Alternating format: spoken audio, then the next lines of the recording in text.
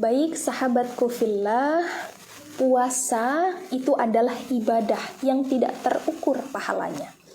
Allah Subhanahu wa taala melalui hadis Nabi Muhammad sallallahu alaihi wasallam mengatakan, "As-saumu li wa ana adzibihi." Puasa hambaku adalah bagiku dan aku yang akan memberikan serta membalasnya. Maka sabar kita dalam berpuasa ini semakin besar pahalanya. Begitu pula dalam menjalani kehidupan. Semakin sabar kita dalam menjalani kehidupan, maka semakin besar pahalanya dan hikmahnya bagi diri kita. Tetapi sebenarnya apa sih sahabat yang namanya sabar itu? Sabar adalah menahan diri untuk menerima ketetapan dari Allah Subhanahu wa taala. Tetapi ingat, menerima di sini bukan berarti kita hanya diam diri saja. Tapi sabar di sini adalah menerima ketentuan Allah dan bersikap dinamis, bergerak supaya Allah cinta dan suka dengan sikap kita. Menurut Imam Al-Ghazali, dikatakan bahwa sabar itu ada 3. Yang pertama, as-sabru 'ala ta'ah, yaitu sabar dalam menjalani ketaatan kepada Allah. Sabar dalam menjalankan ibadah sholat. Sabar dalam suami mencari nafkah untuk anak dan istrinya. Sabarnya seorang istri untuk menjaga kehormatan suaminya. Sabarnya pemuda yang berjuang untuk belajar dan memperjuangkan agama Islam.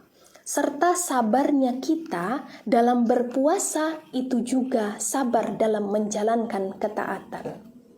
Ketika kita berbicara tentang berpuasa, timbul pertanyaan, bagaimana sih hukumnya kalau kita berkumur-kumur?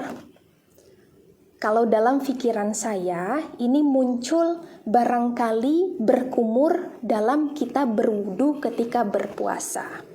Jadi, hukumnya berkumur-kumur di dalam kita berwudu itu adalah sunnah. Tetapi, ini kembali lagi, ketika kita dalam keadaan sedang berpuasa, maka berkumur-kumur itu tidak disunnahkan. Kecuali berkumur-kumur dalam keperluan yang lain.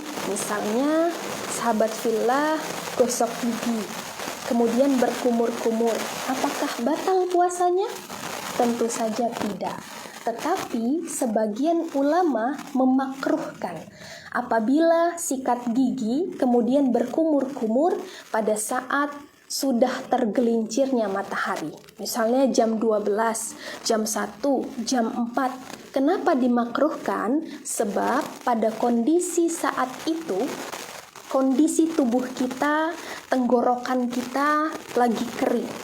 Kemudian kita sedang lemas, sedang dahaga, kemudian lagi lesu, loyo.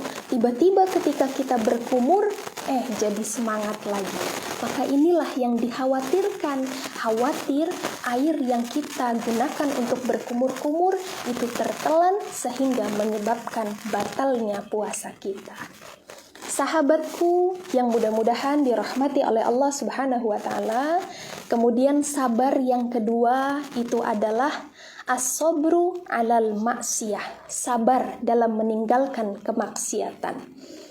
Sahabatku, kita hidup di dunia ini tentu akan ada godaan dari manapun. Yang namanya setan itu akan menggoda kita, baik dari arah depan, belakang, kanan, kiri. Dan zaman sekarang, setan itu bukan hanya yang terlihat, bukan hanya yang tidak terlihat, tapi ada setan yang terlihat. Kalau setan yang tidak terlihat, dibacakan ayat kursi, kabur, lari. Tapi kalau setan yang terlihat, ini bahaya. Dibacakan ayat kursi justru malah menantang. Maka dari itu, mintalah pertolongan kepada Allah dengan cara apa? Yaitu dengan bisabri wassalah, sabar dan salat. Kemudian sahabatku yang mudah-mudahan dirahmati oleh Allah Subhanahu wa taala, yang ketiga adalah sabar dalam menghadapi ujian dari Allah. As-sabru 'alal musibah. Yang namanya hidup pasti akan ada yang namanya ujian. Entah itu kekurangan sandang, kekurangan pangan, ditinggalkan orang yang kita cintai. Itu yang namanya musibah. Itu adalah ujian dari Allah Subhanahu wa ta'ala. Tapi ingatlah pesan Allah kepada kita, la yukallifullahu nafsan illa wus'aha, bahwa ketika kita mau menerimanya dan Allah pasti memberikan cobaan, tidak mungkin di luar batas kemampuan hambanya.